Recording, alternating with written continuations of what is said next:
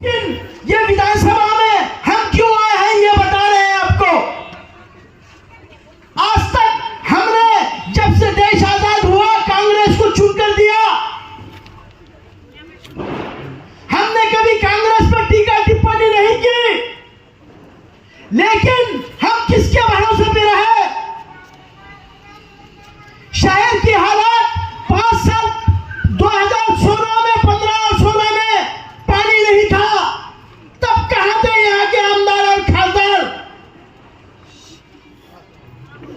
मैं उनसे सवाल करता हूं, जब मेरी बहनें यहां खड़ा लेकर, मेरी बच्चियां खड़ा लेकर पानी के लिए भटक रही थी, तब कहां थे यहां के आमदार और खासदार।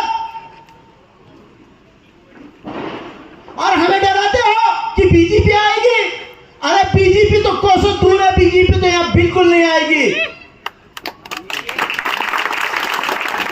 अगर बीजेपी के लोग तुम्हारे पास आते हैं और कहते हैं कि हमें और दो, पहले उनसे पूछिए तुम्हारे 36 नगर सेवक होने के बावजूद भी तुमने शहर में क्या काम किया है, सिवा कचरों के ढिगारे लगाए हैं।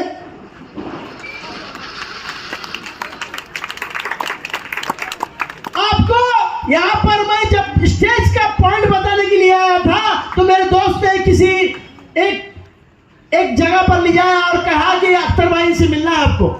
वहां पर एक खातून ने मुझे कहा, भैया इस शहर हमारे एरिया में मस्जिद के पास गटरों में इधर उधर इतना कचरा है कि क्या बताऊं मैं आपको। मैंने मेरे उस बहन से कहा, मेरी बहन कचरा तेरे गली में ही नहीं, ये लोगों की पॉलिसी है।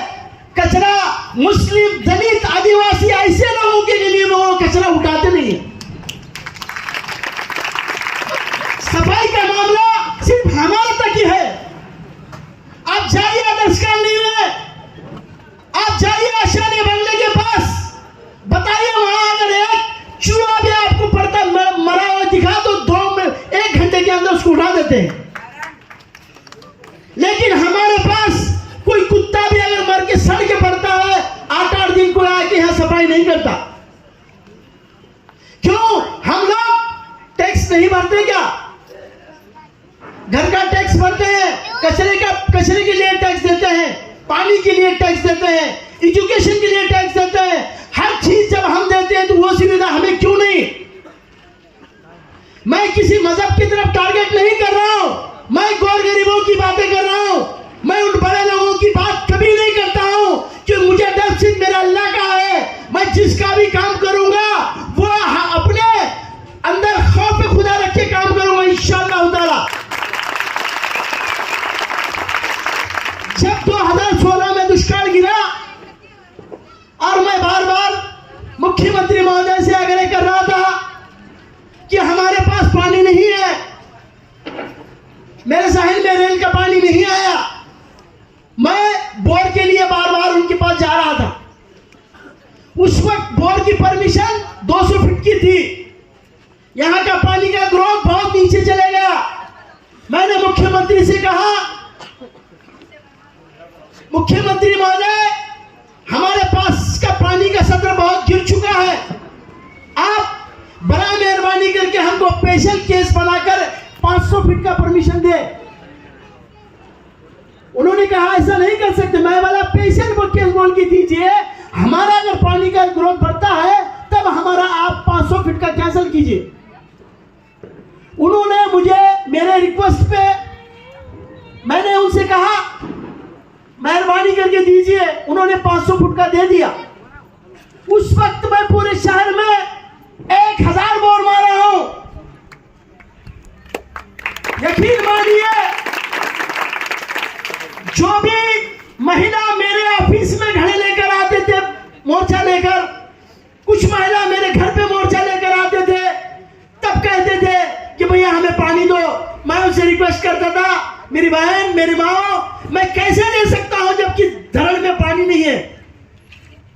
मैं एक चीज कर सकता हूं आपके लिए, मैं बोर मैं मारूंगा, हदगुण मेरा और नसीब आपका। कहने लगे ठीक है। इतने बोर मारते मारते शहर में 1000 बोर हो गए।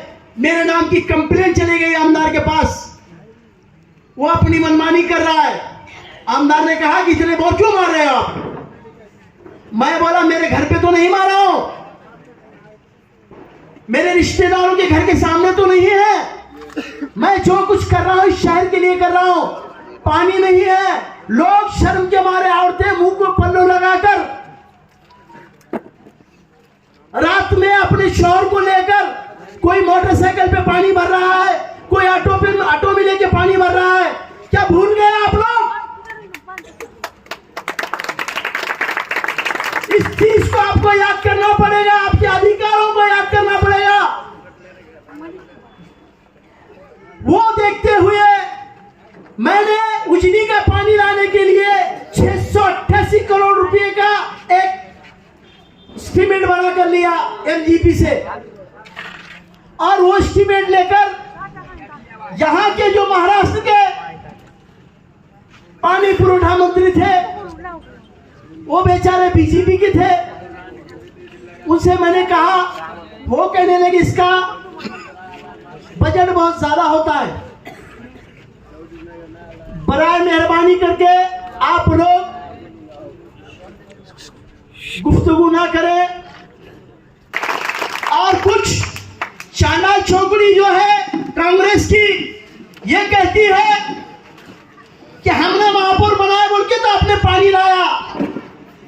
अरे नादानो, तुमको हमने 70 साल से, तुम्हारे बाप को 25 साल से और तुमको 15 साल से, 40 साल से हम आमदार बना रहे, कभी हमने एहसान नहीं जताया। तुमने क्या मुझे अधूरा पद दिया, उसका एहसान जताओ।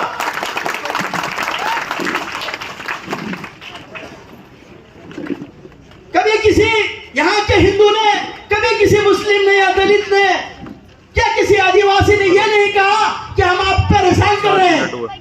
आपने मुझे बताया भी और उतारा भी, मुझे उसका दुख नहीं है, क्योंकि मुझे मालूम है सब फैसले अल्लाह की तरफ से होते हैं।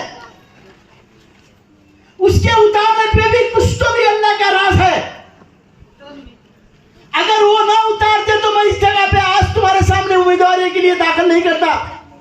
मेरे दोस्तों, मैं खुद होकर इस उम्मीदवारी को दाखिल नहीं किया हूं, शहर के हालात को देख के किया हूं। अगर मुझे उनके खिलाफ रुकना ही था तो मेरा पद 16 में गया था और मैं 19 में ठहर सकता था, लेकिन मैं नहीं ठहरा। 19 में इसलिए ठहरा हूं, किसी महाराज ने मेरे आका हजरत मोहम्मद मुस्तफा सल्लल्लाहु अलैहि वसल्लम के खिलाफ बयान दिया तो ये आमदार का फर्ज नहीं बनता था कि ऐसी टिप्पणी किसी मजहब को ना करे। हम सब कुछ सह सकते हैं, लेकिन हुजूर पाक सल्लल्लाहु अलैहि वसल्लम या इस्लाम